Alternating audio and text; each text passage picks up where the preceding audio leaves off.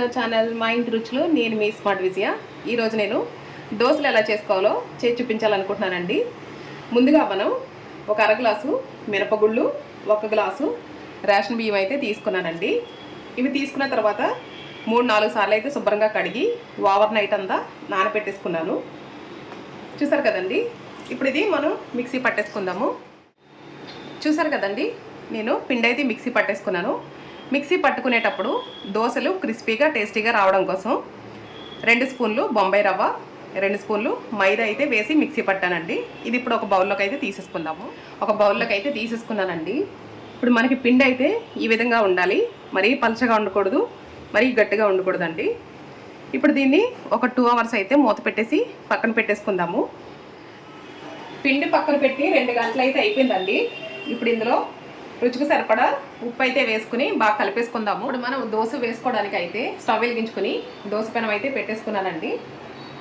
ఇప్పుడు ఒక గరిటె పిండి తీసుకుని దోశ అయితే వేసేసుకుందాము.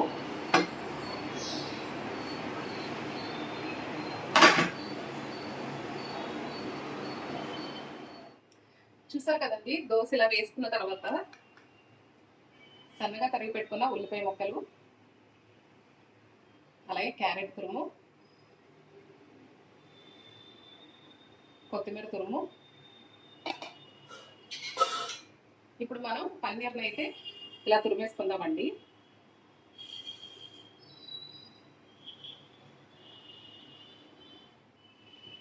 ఇలా పన్నీర్ తురుముకున్న తర్వాత కొద్దిగా ఆయిల్ అయితే వేసుకోవాలండి. వేసుకుని మనకి బాగా కాలిన తర్వాత మట్ట పెట్టేసుకుందాము. చూసారు కదండి, మనకి పన్నీర్ దోశ అయితే రెడీ అయిపోయింది. ఇప్పుడు ఒక ప్లేట్లోకి అయితే తీసేసుకుందామండి. టేస్ట్ అయితే చాలా చాలా బాగుంటుంది. చూసారు కదా, చాలా క్రిస్పీగా అయితే వచ్చింది. అలాగే మిగిలిన దోశలు కూడా వేసి చూపిస్తానండి.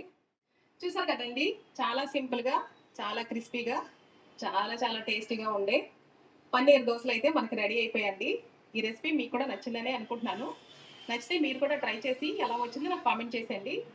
నేనైతే కొబ్బరి పల్లీలు కలిపి చట్నీ అయితే చేశానండి. ఈ రెసిపీ నచ్చినట్లయితే లైక్ చేయండి, షేర్ చేయండి. నా ఛానల్ని ఫస్ట్ టైం చూస్తున్నట్లయితే సబ్స్క్రైబ్ చేసుకోండి. Thanks for watching. బాయ్ అండి.